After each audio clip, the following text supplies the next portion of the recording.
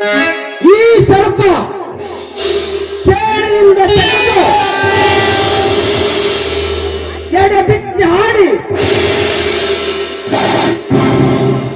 ಕೆಂಗನಿಂದ ಕೆಕ್ಕರಿಸಿದರೆ ಅಗ್ನಿ ಕೂಡ ನನ್ನ ಆಜ್ಞೆಗೆ ಪರಿಪಾಲಿಸುವುದು.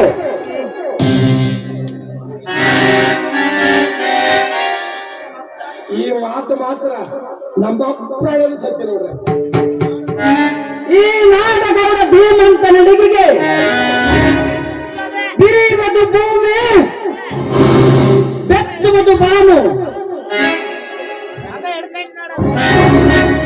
ಸಪ್ತ ಸಾಗರಗಳ ಹಲ್ಲರ ಕಲ್ಲಲಗೈದು ಇಡೀ ನಿರಕ್ಷಣವೇ ರಕ್ಷಣಾ ಸ್ವತ್ತಗೊಳ್ಳುವುದು.